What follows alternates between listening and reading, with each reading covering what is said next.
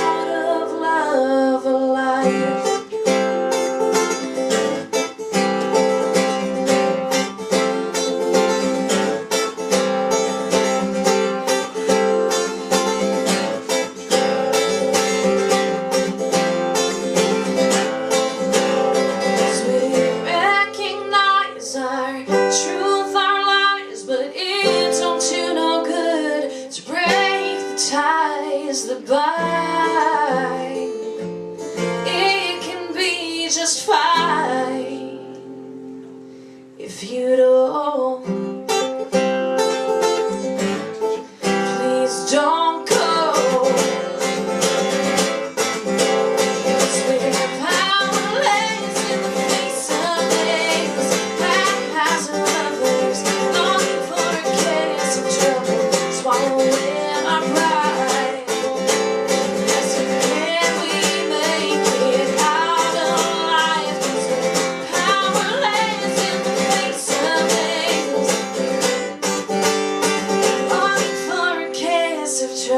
Swallow away our pride.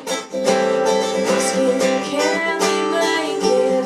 Can we make it?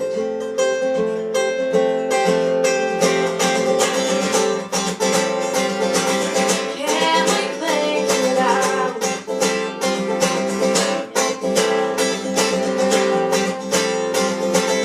Can we make it out? I don't want you to go. I don't want you to go.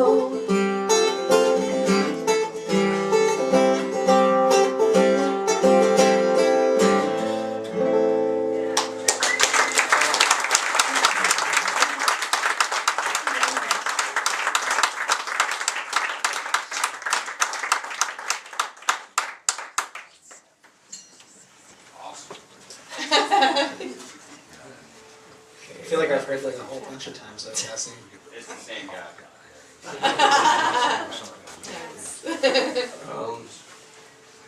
Yeah, I think I'll do this one. I don't have a set list. Usually I make the set list after the show. I had my set list texted to me, by the way. This is why I'm checking my phone. Technology. I have a traditional one. There's way too many songs on it, so it's a checklist, not a set list. Alright, okay. Yeah.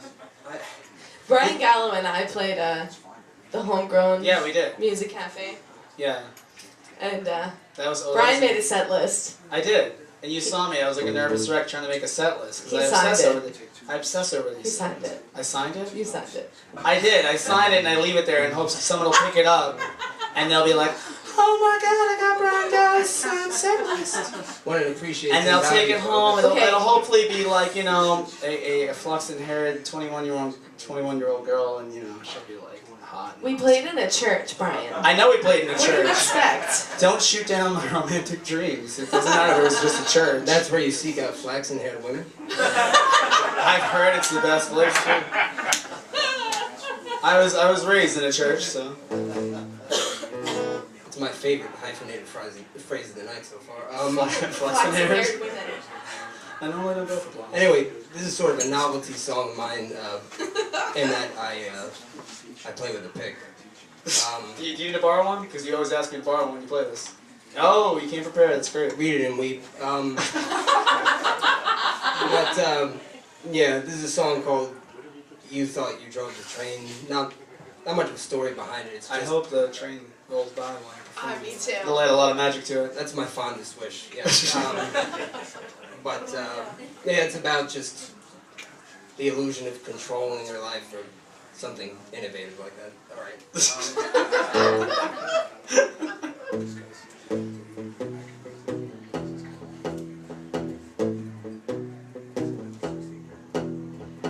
You thought you drove the train. You thought you had the wheel.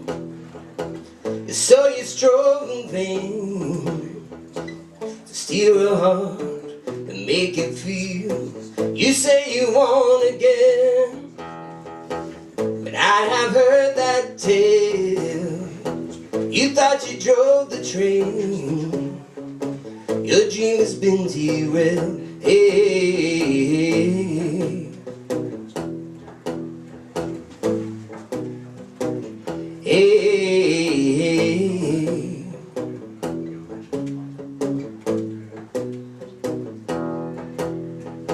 You thought you drove the train.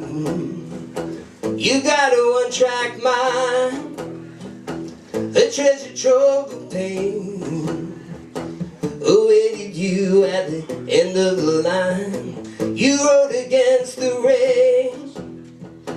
No ride is free of fear. You thought you drove the train.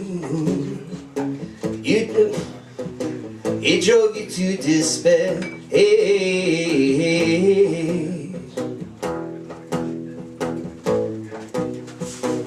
hey,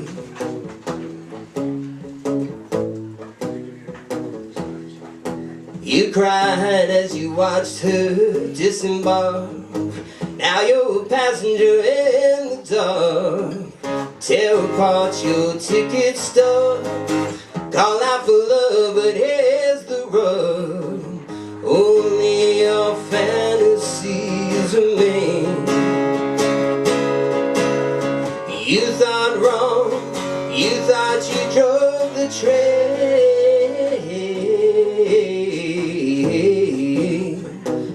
Whoa, whoa, whoa, whoa, whoa.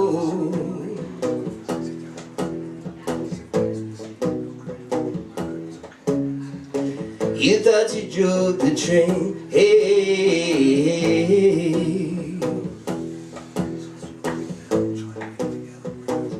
hey,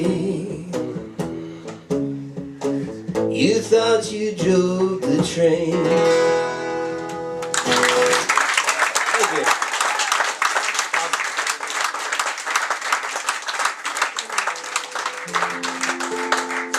So, Chaz, I don't know if I ever told you that song reminds me. It has like a little bit of like Warren Zevon in it. You feel that? You know, I know we both appreciate the music Wish of Warren. that I was Jesse's girl. That's Rick's.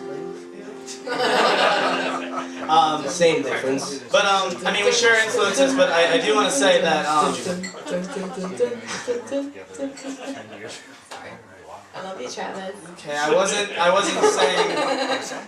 Although Travis has said before that I think a few weeks ago he said to me I think with a song that I wrote, and I showed him the lyrics or something to it, and I think what he said to me is that, you know, at this point in terms of music and art and whatever else, I'm just extrapolating here, but everything is borrowed. And, you know, I mean, we can try to create as much original stuff as we want, but someone's going to liken it to something else, and it doesn't really matter. But anywho, Yeah, I'm sure I'm not going to get a letter from Rick Springfield. but this next song, I do want to say that I have to admit, I used to play like in a band with two other guys when I was younger, and like it was like electric music and Attic Space. Crawl Space. No, it wasn't Crawl Space. No, we were called Attic Space, and it was like pop rock or something. I was like influenced by Nirvana and the Pixies and Elvis Costello and a whole bunch of different kind of things. But being around Travis and Cassie, it kind of Killed your dreams. no, it didn't kill my dreams at all. It made me realize that like back then, I think I was trying to be something I wasn't. And like with this whole kind of solo singer-songwriter thing, the songs came out more naturally. And seeing you guys perform as well locally, I kind of got that. You know, I was always so tied up in I need to be in a band and I need to do this and I need to do that, and it's such nonsense because it's not nonsense, but you know, you can write the songs and they'll carry themselves. Well, I only met you guys maybe like, I would say not even a year ago.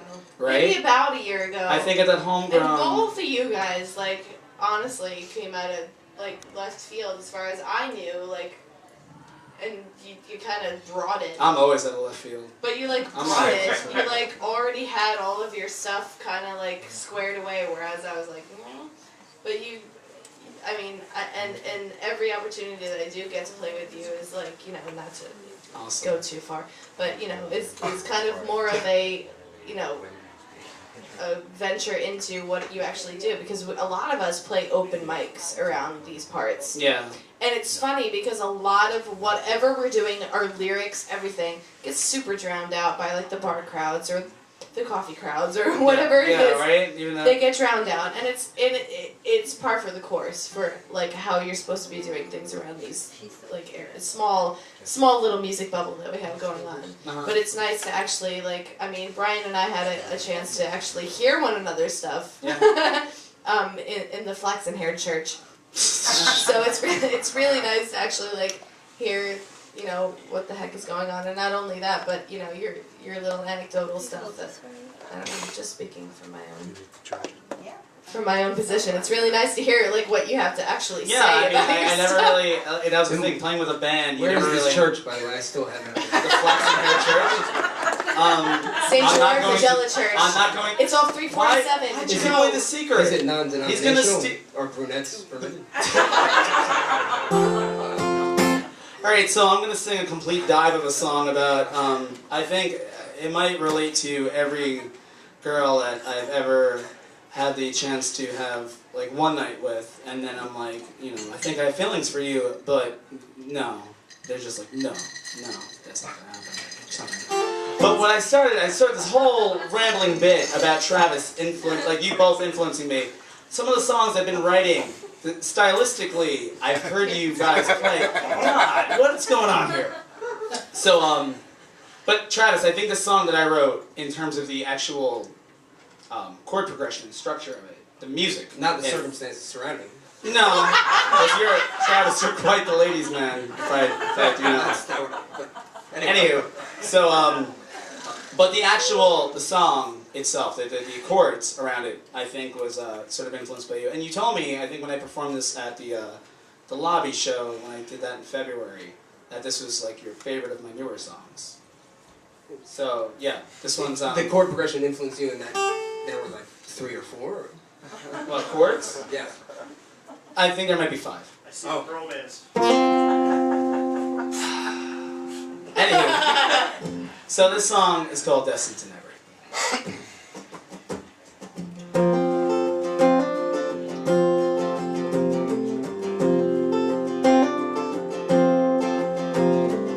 You smell like peppermint and cigarette smoke on a bitter cold winter evening. Your eyes were shades of dark blue and gray that made me decide against leaving.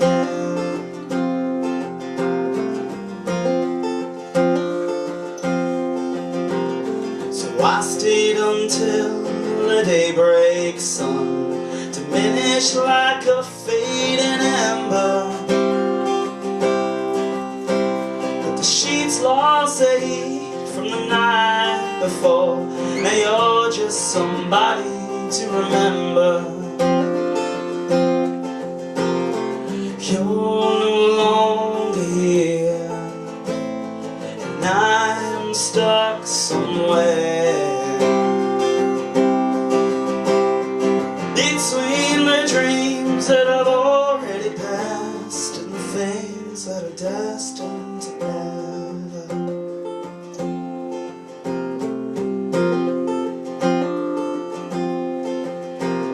This bedroom with the bottles that are all strewn about only prove what you've done to me. There are no scars tattooed on my wrists, but the pain, it's plain to see.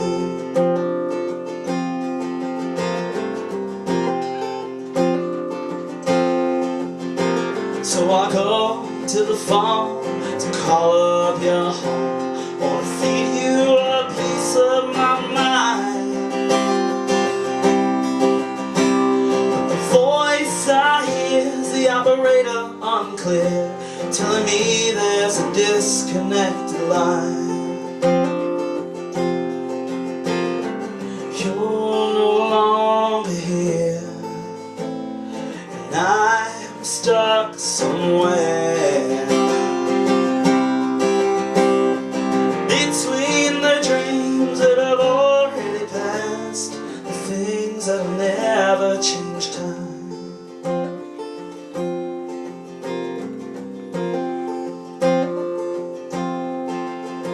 So I'd like to say that the glass is half full, little sunshine could make me feel better, but darkness will come and optimism can't make every glass last forever. You're no longer here,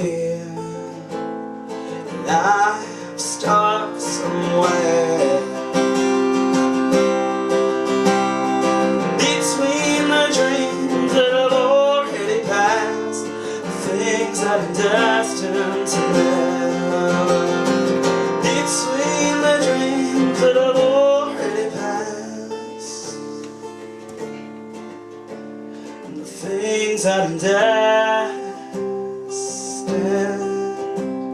to live.